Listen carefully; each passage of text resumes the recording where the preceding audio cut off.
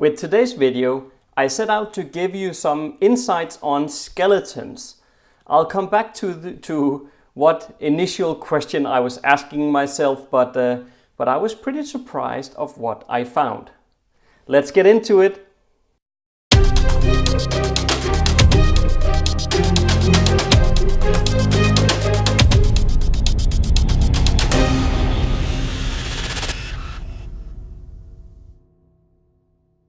Hi guys, my name is Jesper and welcome to the Fane of Fantasy.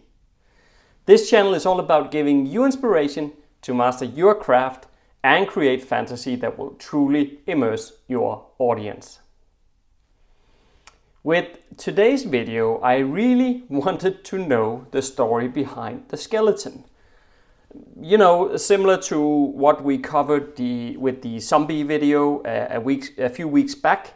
I've placed a link right here on the screen for that video so that you can check that one out. I wanted to know where the animated skeleton came from and why have they kind of been phased out and replaced by the zombies. While it's pretty uncommon in recent works of fiction and even movies, I believe that in role-playing games they are more kind of ordinary. I just realized that I totally assumed everyone knows exactly what I'm talking about when I say animated skeletons. Perhaps you actually do. I mean, you're watching a fantasy channel after all, but just to be on the safe side. Skeletons are fallen creatures who have been summoned from the grave, usually by the use of dark magic and powers, so that these skeleton warriors will follow their masters' every bidding. And I do often see that these masters are necromancers or liches or vampires or something like that. So I guess apart from vampires, which we already covered in the video, there might be some topics here to explore in later videos like liches and stuff like that. We'll see. Maybe we'll get to that.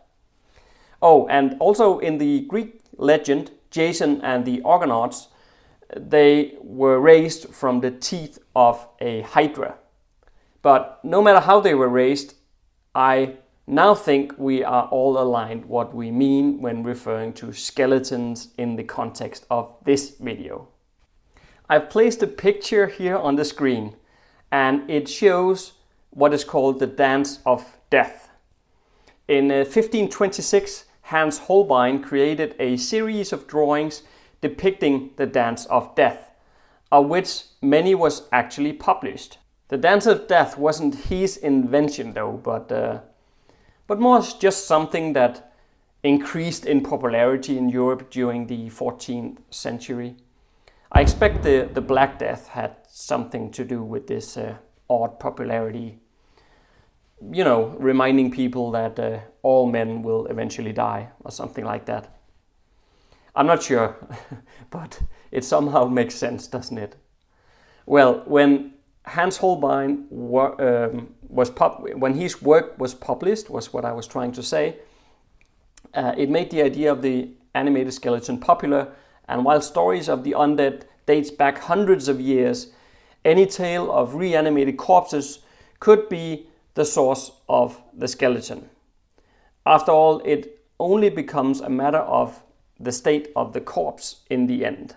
But it's really hard to find the origin of this whole story. Skeletons are usually that of humans, and they are almost entirely seen as warriors, summoned to fight in the army of darkness. I do find that pretty cool in itself, but they are also often depicted as weak and very easy to kill, you know, quite fragile really. They are also vulnerable to holy effects because necromancy is often involved in their creation, but it all just makes for a pretty boring monster. And could that be why they have been replaced by zombies? In the beginning of this video, I said that I was surprised to what I found when researching this whole topic. And what I really meant by this is that how little information is available on where this whole idea of skeletons and as monsters really came from. So I want to make that the question of the week. I really want to know, when did animated skeletons first appear? Either in fiction or in movies. So if you know, could you please add it to the comment section below and then educate me as well as the rest of us. It really bugs me, but I have been unable to arrive at any definite answer at all. If we do want to make our army of skeletons more interesting, and we do want that, right? Well, why not arm them with cursed weapons then? Some really powerful ones. We already talked about how to create cursed items in another video. There is a link right here on the screen for that one. But wouldn't that be a good idea? If the skeleton is really easy to defeat, that is pretty boring. Where the zombies poses a threat because you only have to be bitten once and you are done for forever, the skeletons would need to use their weapons to defeat you. That can of course be scary, but a bunch of skeletons with like old rusty swords or something like that, it's kind of, yeah. At least that's what I think. So, you know, with the living wearing armor and such, it's not a real threat, is it? But a cursed weapon will be a game changer. Suddenly, you have a situation where even the most skilled fighter has something to be worried about. Wouldn't that be a way of ramping up the tension? If you agree, hit the like button below and also share this video with a friend. I'm getting there with the second edition of fantasy map making now, and I'm very pleased with how it's all turning out. I think I'll just about double the word count in that book, and I've included lots and lots of examples and explanations. Much more than what the first edition had to offer.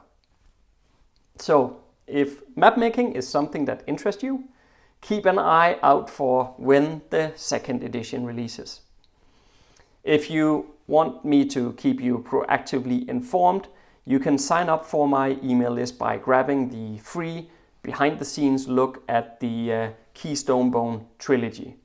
You just need to click the link right here on the channel banner where it reads exclusive download. You can also support this channel on Patreon. There is a link in the description field below, so check that one out, will you? I really appreciate the support that I'm getting on Patreon. You are my main people, so thank you so much, and I will probably also mention in the forum over there once the second edition of fantasy mapmaking is available.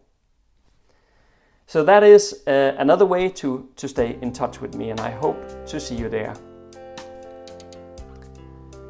And I also hope that one of you can add some insights onto skeletons in the comment section below, and in the meantime, I guess the Halloween will have to do. The kids here at home have decorated our house, which involved hanging plastic spiders around door frames, and I really hate spiders, even if they are made of plastic. So I kind of walk around the house ducking every time I go through a door. What can you do, right?